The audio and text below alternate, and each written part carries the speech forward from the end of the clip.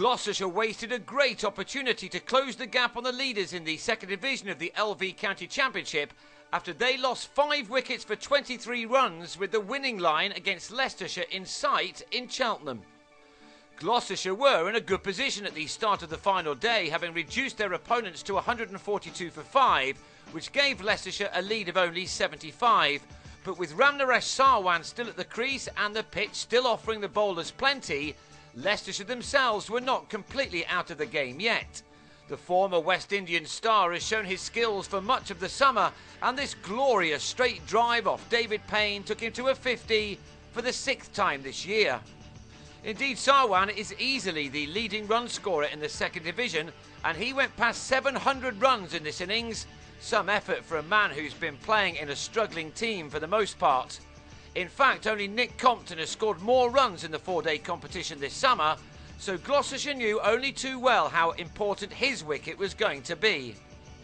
For the first hour, the home side just couldn't get a breakthrough, as Matt Boyce stuck it out with Sarwan.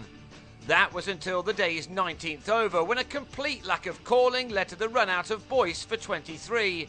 Quite why either batsman thought of a third run when the ball was in the hands of Benny Howell, only they will know. Sarwan had to put that behind him and bat on. He took the total to 235 for 6 for a lead of 168 and looked good for his 3rd 100 of his first championship campaign. But crucially, 10 minutes before lunch with 7 needed for his ton, he for once mistimed a drive and planted the ball into the hands of Dan Housego to give Howell a very rare wicket. Gloucestershire were boosted further by the leg before dismissal of Paul Dixie on the stroke of lunch, James Fuller with the wicket. So Leicestershire came out after the break on 240 for 8 with a lead of 173, and Fuller came so close to getting shot of Wayne White. He was now a key man in this contest as he needed to shield the tail to set Gloucestershire as many runs as possible, and for a while he did his job perfectly as he and Claude Henderson took their side over the psychological barrier of a lead in excess of 200. Henderson too played his part in a 9th wicket stand of 48, which also used up 7 overs. The runs were now coming at a very good rate and the match was just starting to slip away from the home side. But just before it did, White guided a ball from Ian Saxelby to Ian Cobain half an hour after lunch. And then Liam Norwell came on and bowled Henderson with the first ball of his spell. Henderson was out for 27 and Leicestershire had been dismissed for 288. That set Gloucestershire a slightly worrying target of 222 in 53 overs, but Jonathan Batty, horribly short of runs since joining Gloucestershire in 2010, showed some form as he got his side off to a steady start in partnership with Howell. Howell fell with 26 runs on the board, well caught by Dixie, who had a long way to dash to take the catch off the bowling of White. Batty and Housego knew that they needed to bat their side into the tea break and assess the situation from there. They still needed to keep the board ticking over in the meantime, and Batty did that by finding the boundary at regular intervals. He would have been bitterly disappointed to fall at the start of the final session, offering Boyce a simple catch at bat pad to give Henderson his first wicket. That left Gloucestershire on 54 for 2, with Alex Gidman now at the crease and looking to push on immediately. His was to be the innings which gave his side a real chance, with boundaries coming from the moment he came out to bat. He refused to let Henderson settle and he struck him over mid-wicket for a 6. And he soon followed that up with another maximum off Michael Thornley. Gidman wanted to get to the target as quickly as possible. His 50 arrived off his 47th delivery, a superb innings which had not only included those 2 maximums, but also 6 fours.